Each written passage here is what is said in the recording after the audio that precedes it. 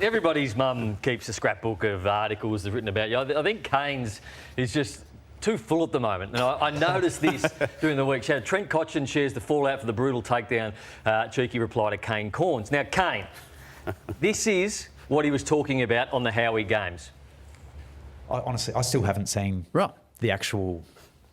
I think it is a segment called Mediocre or something like that. Yeah, I haven't even seen... No, it is not called Mediocre. Don't go muddying the waters of Mediocre. That is a former teammate of mine, a really good guy. That is a good, fun-natured segment, Mediocre. Stay out of it. You tried with receipts and it didn't work. You got one go at receipts. Stay out of Mediocre. Trent, he wasn't on my segment, Mediocre. That was all Kane Corns. Mediocre is a fun, good-natured segment. Serious from Howie, wasn't it? Oh, yeah. It was like grilling him over a dead body, mate. It was just a fun segment, Howie. Stay out of Mediocre. What impact did that have on you?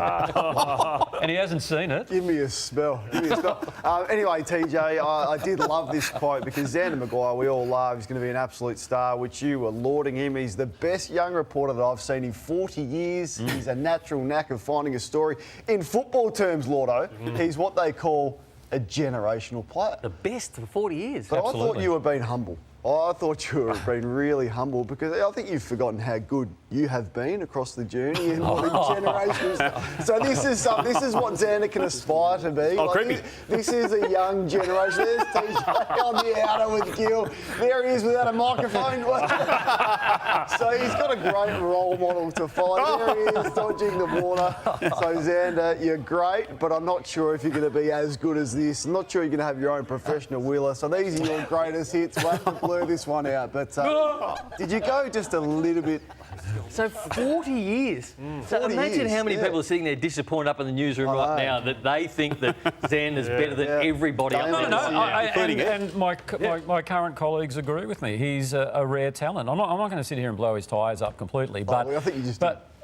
Well, I did initially, yeah, but he's. I tell you, and you know, it always amazes. He's better than Tom Steinfort. Well, Tom isn't a sports reporter, he's a news presenter. Well, he's done some Better sporting, than Alicia Tom. Loxley? Yeah. Sorry? Alicia Loxley? Well, she's a news presenter. She's not a sports reporter. Tom Morris is unique in his own way. Does 40 years even taking Ed's time in the game? Eddie? Better than Ed? Xander's better than Eddie. No, hang on. No, when it comes to finding a story and crafting a story, absolutely. What about Michael Roberts? He was generational. Yeah. Tom Brown? Tom Brown? No, Xander's good. He's fine, and he'll be completely embarrassed. Hey, these three guys who've played footy in the panel have all performed under pressure, as Jimmy Bartell did on Wednesday night in Footy Classified, when, unprompted, Ed said, "Kick me the ball," and Jimmy's holding a clipboard there, Kane, and still absolutely drills it. Lace out onto Ed's chest, and Ed did pretty well to mark that, and it was a good little catch. It could have been dangerous. He nearly lost his head here, but just look at the skill in delivering that. So that's an example of performing under pressure. I'm just going to go down a couple of paths now where people didn't perform under pressure, including the man we just spoke about, Ed. Now, Ed had a moment with the cameras on when he was president of Collingwood. Missed the ball. Sorry, that Ed has tried to man this. Oh, no, that's come on. Watch the phone fall out and the glasses. Ed forgot my name last year, TJ, on the footy classified. So now, also, there's another example too, Lordo, of not performing when the cameras are on with ball in hand. And I just had to go back there again. Yeah, I just wouldn't have gone there, Damo. No, I had to. It's pretty bad. This is bad. That was the most demoralising part. Actually, People think that's made up.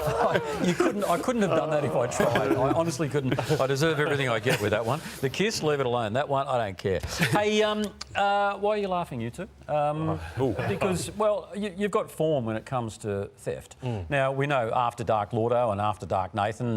This... Oh, you didn't put me in there. No, I was just... can you take that bit off?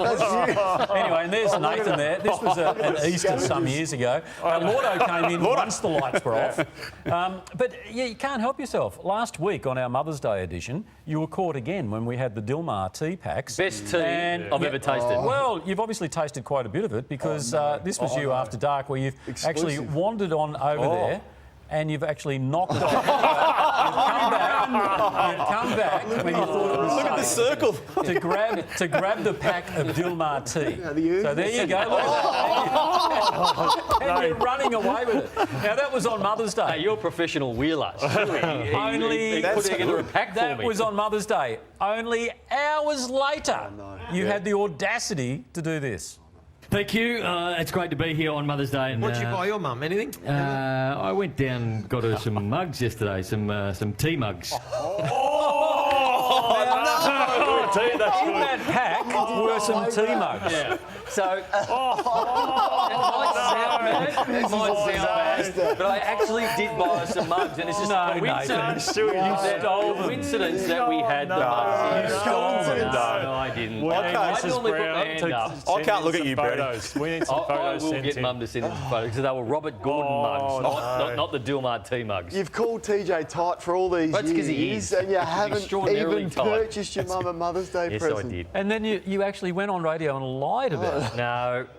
We should have finished on that one. Yeah. Because I've got to try and finish this off. But now, I reckon I'm wrapped for him though. He's getting ahead of himself, but I'm wrapped for him because I was concerned about our man Bulk because when he was doing answers like that, just the rig, it was disconcerting. That's the right word with that rig. But then, like, leading up to this fight, like, I just can't believe the nick that this man... Oh, have a look at once he takes it off.